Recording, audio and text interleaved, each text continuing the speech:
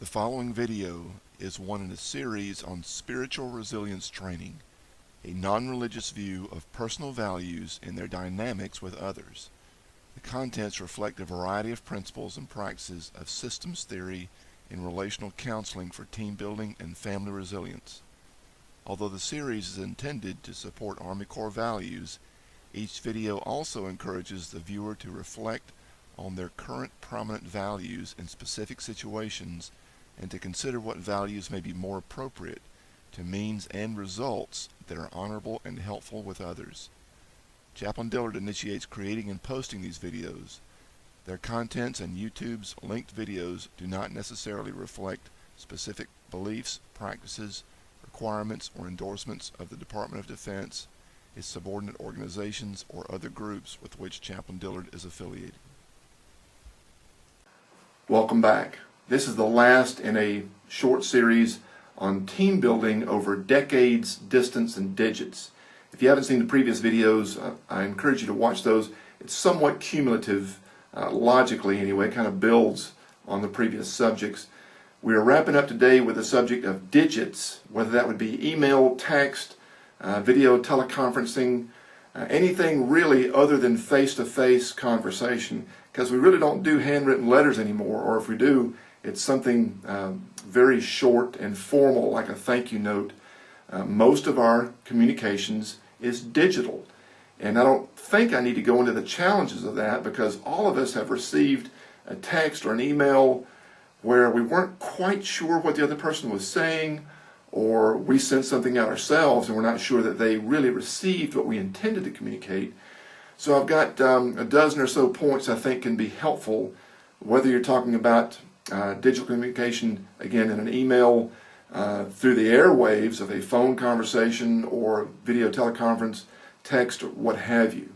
Let's take a look at these one at a time. First, it's important to be clear on the purpose of this communication before deciding to contact, who to courtesy copy, tag, invite, etc., etc.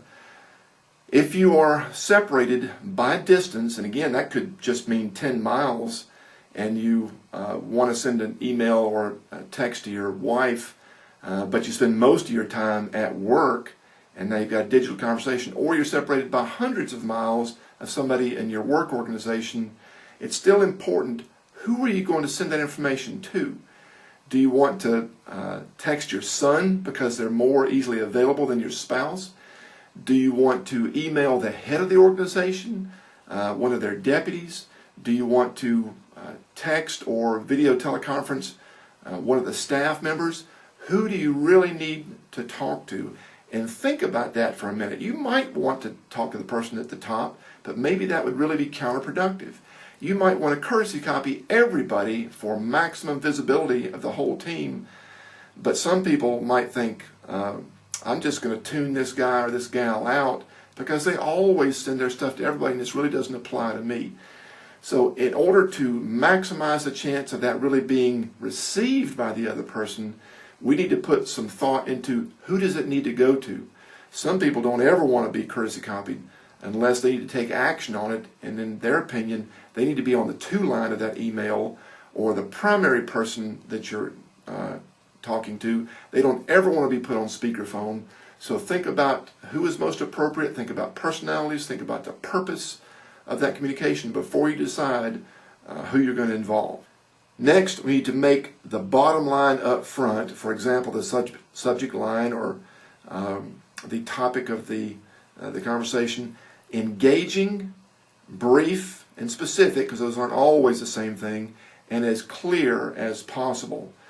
That's going to be the first few seconds of what they see in that conversation, whether that's an email or a VTC, because typically you would announce a VTC through an email, hey, I'm going to call you, or we're going to talk at this time, and you want to phrase that in language that engages them. Think about the whole audience.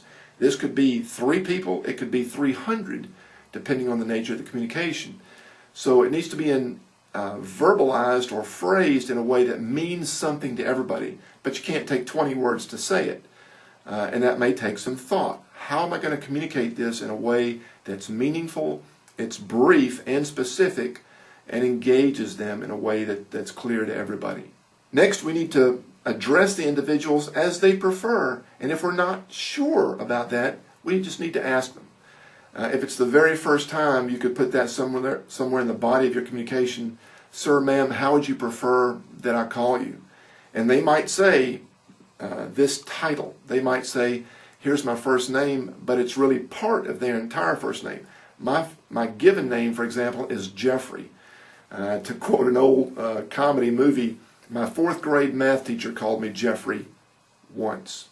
I don't like the name Jeffrey. To me, it's very formal, and I don't consider myself a formal person, or it's something that a mother calls their young child when they're in trouble, the whole name. I prefer Jeff. But you wouldn't know that maybe unless you knew me personally or you asked me. Why is it so important to call people the way they prefer? Because in long-distance relationships or relationships over the long haul, decades, it's so important to build respect and trust and rapport. And a very simple way to do that is to call people the way that they want you to call them, meaning to refer to them, Dr. So-and-so or Mrs. So-and-so or Sue or Jeff or whatever. But you don't know unless you ask. So ask, especially if there's going to be ongoing correspondence with this person. And if you've been in that relationship with them, work relationship, or even families. My oldest son's name is Christopher, but all of his friends now call him Chris. I probably need to start calling him Chris. He's 25. Christopher's what we called him when he was with us as a young man. Now he is a man. Next, convey your respect and personality, but typically don't use all caps, all capitalization, exclamations, or slang. Now, I'm talking about written or on the phone. On the phone is easier to communicate our personality because they hear the tone of our voice. In VTCs, they see our body language.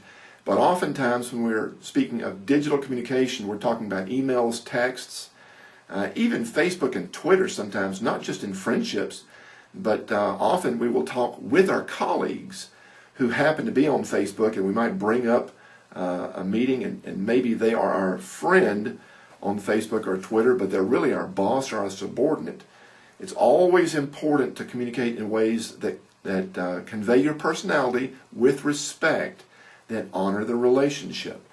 And as the relationship progresses over the years, then you can kind of sense when it's okay to include a little comedy as they know your personality, or a slang word, y'all, for example. I'm from the South, but I would never talk to my superior in an initial conversation with the word y'all.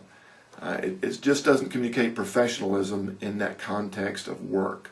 We need to communicate briefly, directly, positively, and use bullets or numbers to assist our focus. Now, this obviously is speaking more about written communication. Time is limited, right? Even though you're going to be working together or have been working together for years and years and years, you're in a busy relationship. So listing things by bullets or numbers creates white space, makes it easier on the eyes to read. It also helps the person see at a glance, especially if you enumerate it, 1, 2, 3, 4, what you perceive as the most important things. It just makes it more efficient for them to be able to understand what you're trying to communicate. And if you honor their time, which is limited, because your time is limited too, that's also going to help them see that you are truly respecting them, that you realize they're a busy person too. Just makes it easier on everybody. We need to send any attachments on agreed upon venues, because not all venues are equally capable or appropriate of handling attachments. Now, that might be a JPEG picture, it might be a compressed file with lots of PowerPoints and Excels and PDFs and other things.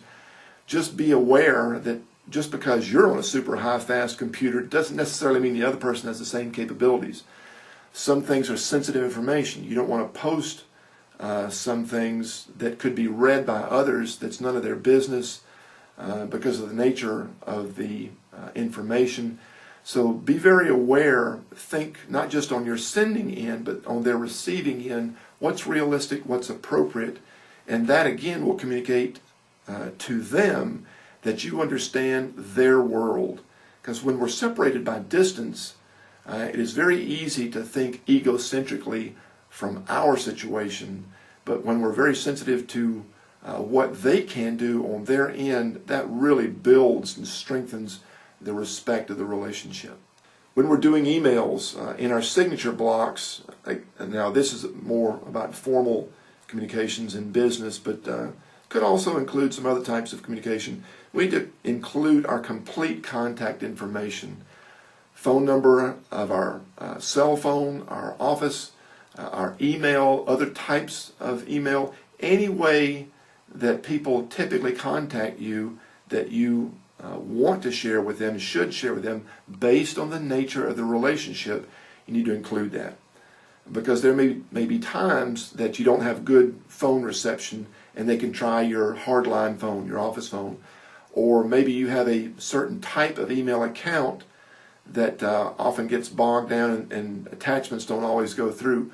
If you provide them with multiple venues to contact you, you increase the likelihood of them contacting you quickly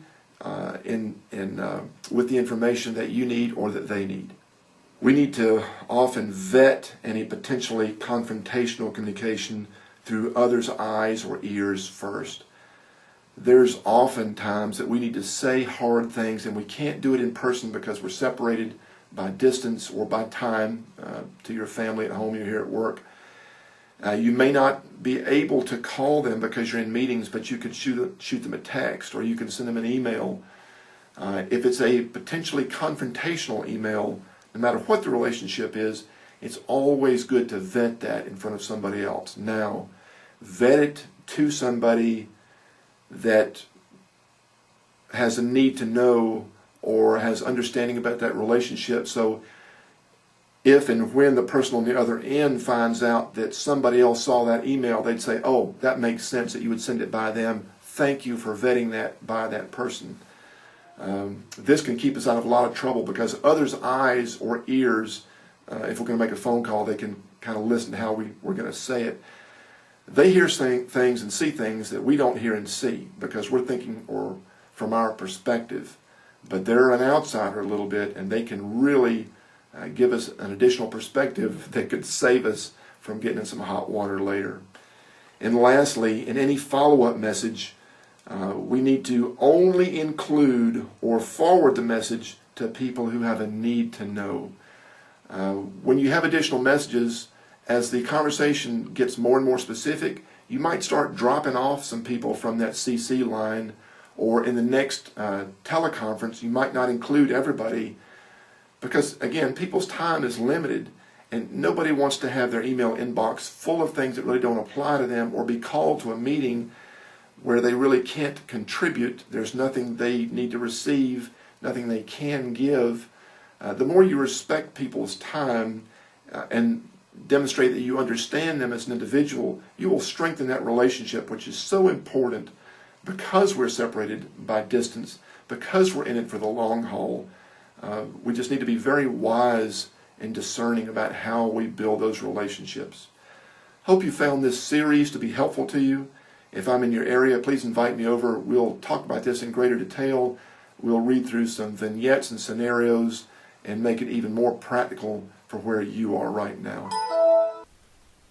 At the release date of this video, I am stationed with Research, Development, and Engineering Command, RDECOM, at Aberdeen Proving Ground, Maryland.